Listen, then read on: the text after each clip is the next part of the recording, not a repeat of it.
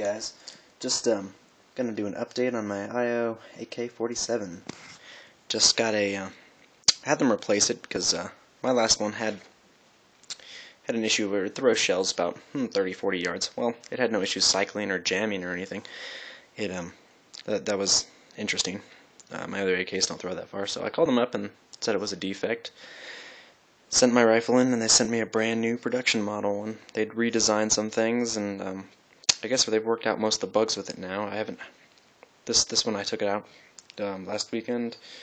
Put about 200 rounds through it. No issues whatsoever. Shot great. Let's see. I just want to show you guys. Still the same stock. Still made in USA, of course. As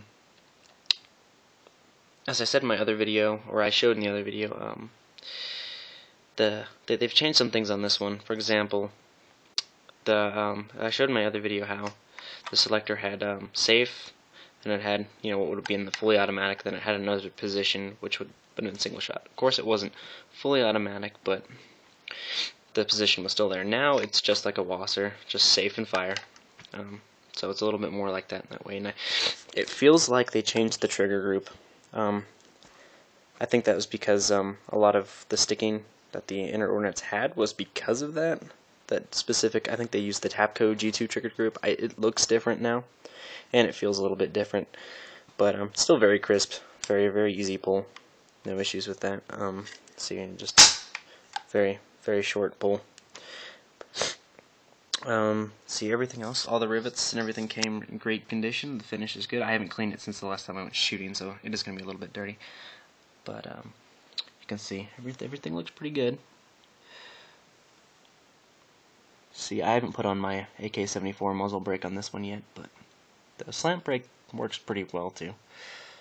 And as you can see, the only thing I find that I'm not overly happy with on this model, the only thing, is the gas tube release. It's a lot easier to open than my other AKs.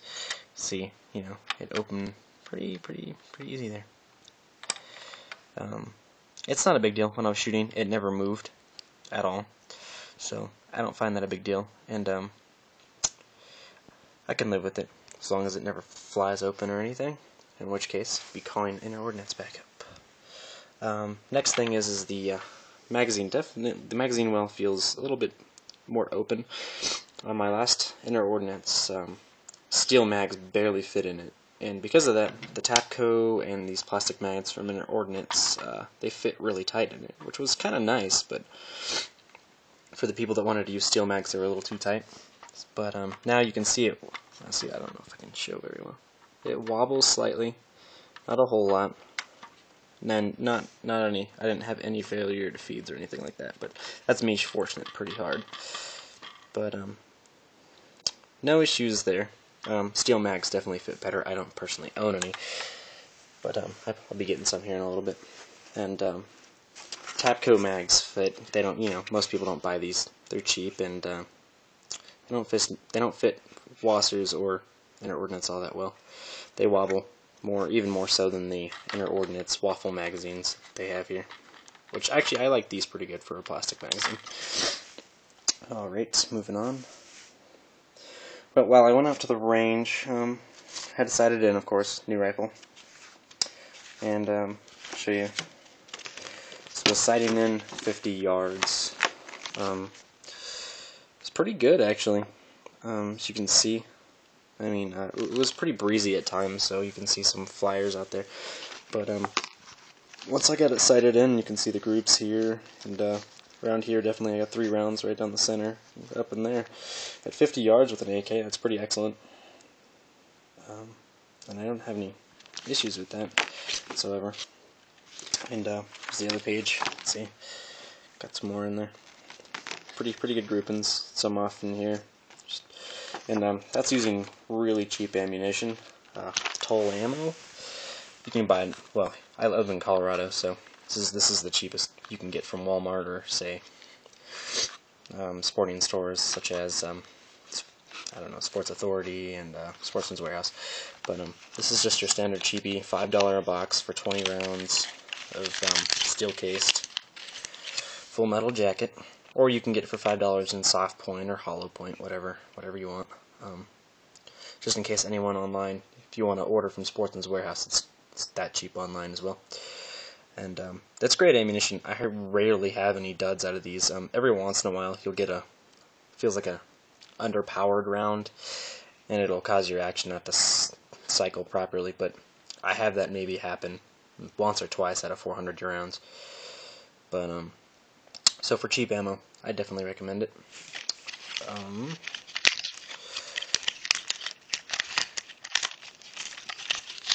Anyway, moving on. Also, I had bought some Russian surplus ammo people were asking me about, but I don't have any more of it, any live anyway. It's from 1985 Russian surplus. You can find it online, relatively cheap, more expensive than, it's about $5 for 15 rounds. But I did not like it. It was a lot hotter. You could definitely feel that it was a military round, and felt like it's a lot harder on the weapon, and it's corrosive ammunition. If you shoot and leave your rifle sitting, it'll definitely hurt the weapon if you live somewhere more humid. Up here in Colorado, no humidity, so you probably wouldn't have any issues. But nonetheless, I wouldn't recommend it. But anyways, it's a great rifle, and oh yeah, tip for I talk to Inner Ordnance quite often, and for the people that bought the Inner Ordnance AK, I don't remember the exact year, but there was a time they were offering them lifetime warranty on their rifles. If you had any issues with it and you have the lifetime warranty, you can call them up anytime, and you send it in, they'll send you a brand new rifle. And I would recommend taking that advantage, because this new production one they've really stepped up the quality. You can see there's no issues, no rivets that are out, and the scope mounts straight, and it's really pretty excellent, especially for the money. I paid about $500 for this, and it's excellent. And the receivers and stuff are all made in the U.S. Bolt and all that. It's all stamped and casted here in the U.S. So I recommend that route. And yeah, and if you call them up, don't leave a voicemail. You probably won't get a hold of them that way. Call them up and hit number 2 on their dialing system, and you'll get their, I guess, accountant or person sitting at a desk, and ask for a manager. That's how I got my stuff done so quick. They actually sent this rifle back to me 1 day shipping, which was very nice. But you know, it took me a little bit of time, but after I got this, I'm very pleased with it.